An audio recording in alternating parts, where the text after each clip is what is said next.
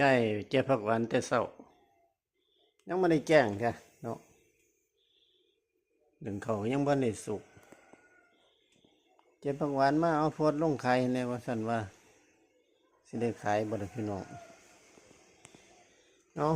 พี่น้องบ้านเฮาผู้ใดสนใจอยากแกงผักหวานในมื้อเช้านี่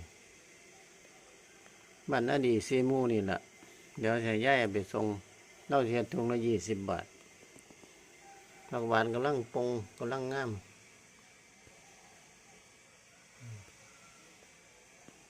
ผักมาเด้อพี่น้องเลยแกงใส่ปลาแกงใส่ปลาดุกแกงใส่หยังก็แซ่บเบิ่นล่ะเนาะหน้านี่หน้าผักหวานพร้อมเอาเข้าพร้อมมาทักมาพี่น้อง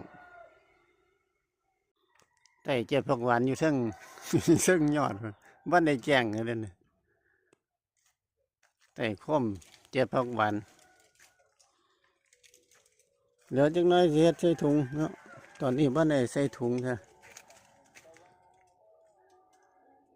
กำลังเก็บผักหวานอยู่เอาพี่น้องท่านใดสนใจก็ทักมา